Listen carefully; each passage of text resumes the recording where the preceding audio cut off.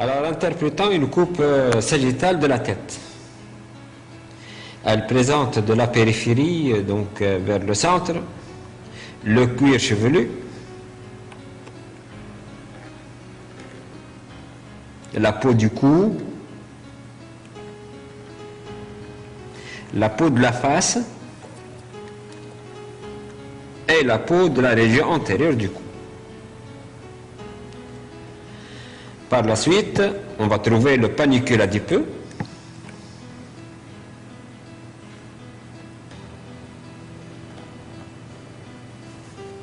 plus ou moins épais par rapport aux régions, selon les régions. Par la suite, on a la calvaria qui se présente par l'occipétal en arrière, les pariétaux, le frontal en avant.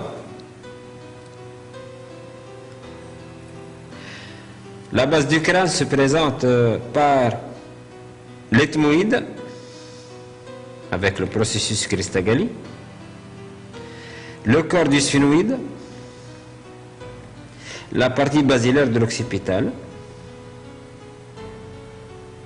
Le cou se présente par l'atlas, l'arc antérieur de l'atlas et l'arc postérieur de l'atlas, la dent de l'axis avec le corps et le processus épineux de l'axis, le corps de la troisième, quatrième, cinquième, sixième et septième vertèbre cervicale, ainsi que les processus épineux de ces vertèbres.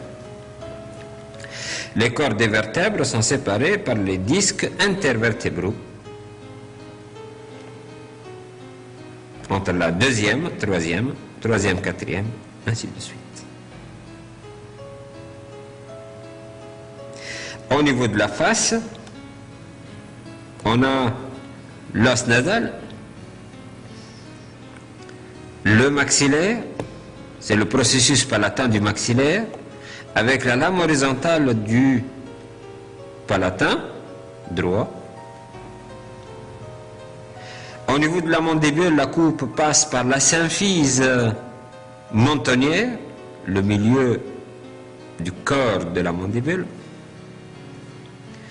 Au niveau de l'ossioïde, donc, nous avons le corps de l'ossioïde en coupe et les structures cartilagineuses, à savoir le cartilage thyroïde,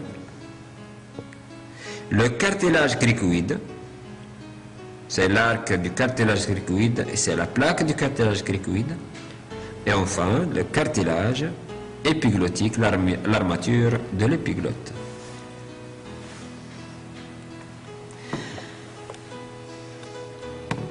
Alors sur cette coupe, on voit un dédoublement de la dure-mère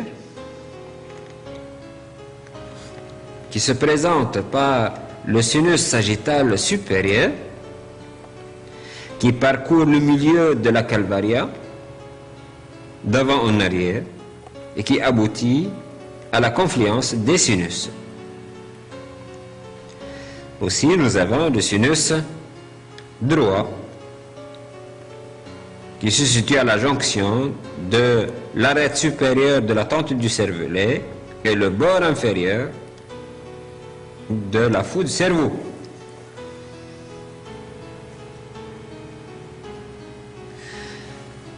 On voit la face médiale de l'hémisphère cérébral droit,